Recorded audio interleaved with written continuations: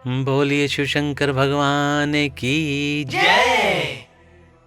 प्रिय भक्तों, श्री शिव महापुराण के शतरुद्र संहिता की अगली कथा है भगवान शिव के भिक्षु वर्यावतार की कथा। राजकुमार और द्विज कुमार पर कृपा। तो आइए भक्तों, आरंभ करते हैं इस कथा के साथ 31वां अध्याय। नंदीश्वर कहते हैं, मुनि श्रेष्ठ, अब तुम भगवान शंभु के नारी संदेह भंजक भिक्षु अवतार का वर्णन सुनो, जिसे उन्होंने अपने भक्त पर दया करके ग्रहण किया था। विदर्भ देश में सत्यरथ नाम के प्रसिद्ध एक राजा थे, जो धर्म में तत्पर, सत्यशील और बड़े बड़े शिव भक्तों से प्रेम करने वाले थे। धर्म पूर्वक पृथ्वी का पालन करते हुए उनका बहुत सा समय सुखपूर्वक बीत गया। तदंतर किसी समय शाल्व देश के राजाओं ने उस राजा की राजधानी पर आक्रमण करके उसे चारों ओर से घेर लिया। बलोन्मत्त शाल्व देशीय क्षत्रिय के साथ, जिनके पास बहुत बड़ी सेना थी, राजा सत्यरथ का बड़ा भयंकर युद्ध हुआ। शत्रुओं के साथ दारुण युद्ध करके उनकी बड़ी भारी सेना नष्ट हो गई। फिर देव योग से राजा भी शाल्वों के हाथों से मारे गए। उन नरेश के मारे जाने पर मरने से बचे हुए सैनिक मंत्रियों सहित भय से विह्वल हो भाग खड़े हुए। हे मुने, उस समय विदर्भ राज सत्यरथ की महारानी शत्रुओं से घिरी होने पर भी कोई प्रयत्न करके रात के समय अपने नगर से बाहर निकल गई। वे गर्भवती थीं, अतः शोक से संतप्त हो भगवान शंकर के चरणार बिंदों का चिंतन करती हुई वे धीरे धीरे पूर्व दिशा की ओर बहुत दूर चली गईं। सवेरा होने पर रानी ने भगवान शंकर की दया से एक निर्मल सरोवर देखा। उस समय तक वे बहुत दूर का रास्ता तय कर चुकी थी। सरोवर के तट पर आकर वे सुकुमारी रानी एक छायादार वृक्ष के नीचे बैठ गई। भाग्यवश उसी निर्जन स्थान में वृक्ष के नीचे ही रानी ने उत्तम गुणों से युक्त शुभ मुहूर्त में एक दिव्य बालक को जन्म दिया, जो सभी शुभ लक्षणों से संपन्न था। दैववश उस बालक की जननी महारानी को बड़े जोर की प्यास लगी, तब वे पानी पीने के लिए उस सरोवर में उतरी। इतने में एक बड़े भारी ग्राह ने आकर रानी को अपना ग्रास बना लिया। वह बालक पैदा होते ही माता पिता से हीन हो गया और भूख प्यास से पीड़ित हो उस तालाब के किनारे जोर जोर से रोने लगा। इतने में ही उस पर कृपा करके भगवान महेश्वर वहां आ गए और उस शिशु की रक्षा करने लगे। उन्हीं की प्रेरणा से एक ब्राह्मणी अकस्मात वहां आ गई। वह विधवा थी, घर घर भीख मांगकर जीवन निर्वाह करती थी और अपने 1 वर्ष के बालक को गोद में लिए हुए उस तालाब के तट पर पहुंची थी।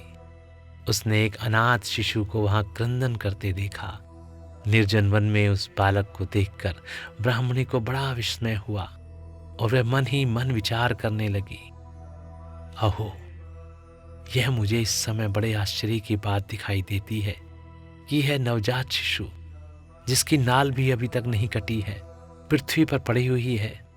इसकी मां भी नहीं है, पिता आदि दूसरा कोई सहायक भी यहाँ नहीं दिखाई देता। क्या कारण हो सकता है? न जाने यह किसका पुत्र है। इसे जानने वाला यहाँ कोई भी नहीं है जिससे इसके जन्म के विषय में पूछूं। इसे देखकर मेरे हृदय में करुणा उत्पन्न हो गई है। मैं इस बालक का अपने औरस पुत्र की भांति पालन पोषण करना चाहती हूँ, परंतु इसके कुल और जन्म आदि का ज्ञान न होने के कारण इसे छूने का साहस नहीं होता। ब्राह्मणी जब इस प्रकार विचार कर रही थी, उस समय भक्तवत्सल भगवान शंकर ने बड़ी कृपा की। बड़ी बड़ी लीलाएं करने वाले महेश्वर एक सन्यासी का रूप धारण करके सहसा वहां पहुंचे, जहां वे ब्राह्मणी संदेह में पड़ी हुई थी और यथार्थ बात को जानना चाहती थी। श्रेष्ठ भिक्षुक का रूप धारण करके आए हुए करुणानिधान शिव ने उससे हंसकर कहा, हे ब्राह्मणी, अपने चित्त में संदेह और खेद को स्थान न दो। यह बालक परम पवित्र है। तुम इसे अपना ही पुत्र समझो और प्रेम पूर्वक इसका पालन करो। ब्राह्मणी बोली, हे प्रभु, आप मेरे भाग्य से यहाँ पधारे हैं। इसमें संदेह नहीं कि मैं आपकी आज्ञा से इस बालक का अपने पुत्र की ही भांति पालन पोषण करूंगी। तथापि मैं विशेष रूप से यह जानना चाहती हूँ कि वास्तव में यह कौन है, किसका पुत्र है, और आप कौन हैं जो इस समय यहाँ पधारे हैं। भिक्षुवर, मेरे मन में बार बार यह बात आती है कि आप करुणा सिंधु शिव ही हैं और यह बालक पूर्व जन्म में आपका भक्त रहा है। किसी कर्म दोष से यह इस दुर्वस्था में पड़ गया है। इसे भोग कर यह पुनः आपकी कृपा से परम कल्याण का भागी होगा। मैं भी आपकी माया से ही मोहित हो मार्ग भूल कर यहाँ आ गई हूँ। आपने ही इसके पालन के लिए मुझे यहाँ भेजा है। भिक्षु प्रवर शिव ने कहा, ब्राह्मणी सुनो, यह बालक शिव भक्त विदर्भराज सत्यरथ का पुत्र है। सत्यरथ को शाल्व देशीय क्षत्रियों ने युद्ध में मार डाला है। उनकी पत्नी अत्यंत व्यग्र हो रात में शीघ्रतापूर्वक अपने महल से बाहर भाग आई। उन्होंने यहाँ आकर इस बालक को जन्म दिया। सवेरा होने पर वे प्यास से पीड़ित हो सरोवर में उतरी। उसी समय दैववश एक ग्राह ने आकर उन्हें अपना आहार बना लिया। ब्राह्मणी ने पूछा, हे भिक्षुदेव, क्या कारण है कि इसके पिता राजा सत्यरथ श्रेष्ठ भोगों के उपभोग के समय बीच में ही शाल्व देशीय शत्रुओं द्वारा मार डाले गए? किस कारण से इस शिशु की माता को ग्राह ने खा लिया और यह शिशु जो जन्म से ही अनाथ और बंधुहीन हो गया, इसका क्या कारण है? मेरा अपना पुत्र भी अत्यंत दरिद्र एवं भिक्षुक क्यों हुआ तथा मेरे इन दोनों पुत्रों को भविष्य में कैसे सुख प्राप्त होगा? भिक्षु वर्य शिव ने कहा, इस राजकुमार के पिता विदर्भराज पूर्व जन्म में पांड्य देश के श्रेष्ठ राजा थे। वे सब धर्मों के ज्ञाता थे और संपूर्ण पृथ्वी का धर्म पूर्वक पालन करते थे। एक दिन प्रदोष काल में राजा भगवान शंकर का पूजन कर रहे थे और बड़ी भक्ति से त्रिलोकीनाथ महादेव जी की आराधना में संलग्न थे। उसी समय नगर में सब और बड़ा भारी कोलाहल मचा। उस उत्कट शब्द को सुनकर राजा ने बीच में ही भगवान शंकर की पूजा छोड़ दी और नगर में क्षोभ फैलने की आशंका से राजभवन से बाहर निकल गए। उसी समय राजा का महाबली मंत्री शत्रु को पकड़कर उनके समीप ले आया। वह शत्रु पांड्य राज का ही सामंत था। उसे देखकर राजा ने क्रोधपूर्वक उसका मस्तक कटवा दिया। शिव पूजा छोड़कर नियम को समाप्त किए बिना ही राजा ने रात में भोजन भी कर लिया। इसी प्रकार राजकुमार भी प्रदोष काल में शिव जी की पूजा किए बिना ही भोजन करके सो गया। वही राजा दूसरे जन्म में विदर्भराज हुआ था। शिव जी की पूजा में विघ्न होने के कारण शत्रुओं ने उसको सुख भोगने के बीच में ही मार डाला। पूर्व जन्म में जो उसका पुत्र था वही इस जन्म में भी हुआ है। शिव जी की पूजा का उल्लंघन करने के कारण यह दरिद्रता को प्राप्त हुआ है। इसकी माता ने पूर्व जन्म में छल से अपनी सौत को मार डाला था। उस महान पाप के कारण ही वह इस जन्म में ग्राह के द्वारा मारी गई। हे ब्राह्मणी, यह तुम्हारा पुत्र पूर्व जन्म में उत्तम ब्राह्मण था। इसने सारी आयु केवल दान लेने में बिताई है, यज्ञ आदि सत्कर्म नहीं किए हैं, इसलिए है दरिद्रता को प्राप्त हुआ है। उस दोष का निवारण करने के लिए अब तुम भगवान शंकर की शरण में जाओ। ये दोनों बालक यज्ञोपवीत संस्कार के पश्चात भगवान शिव की आराधना करें। भगवान शिव इनका कल्याण करेंगे। इस प्रकार ब्राह्मणी को उपदेश देकर भिक्षु श्रेष्ठ सन्यासी का शरीर धारण करने वाले भक्तवत्सल शिव ने उसे अपने उत्तम स्वरूप का दर्शन कराया।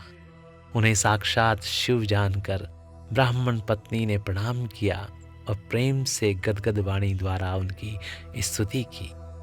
तत्पश्चात भगवान शिव वहीं अंतर्ध्यान हो गए उनके चले जाने पर ब्राह्मणी उन बालक को लेकर अपने पुत्र के साथ घर को चली गई। एक चक्रा नाम के सुंदर ग्राम में उसने घर बना रखा था। वह उत्तम अन्न से अपने बेटे तथा राजकुमार का भी पालन पोषण करने लगी।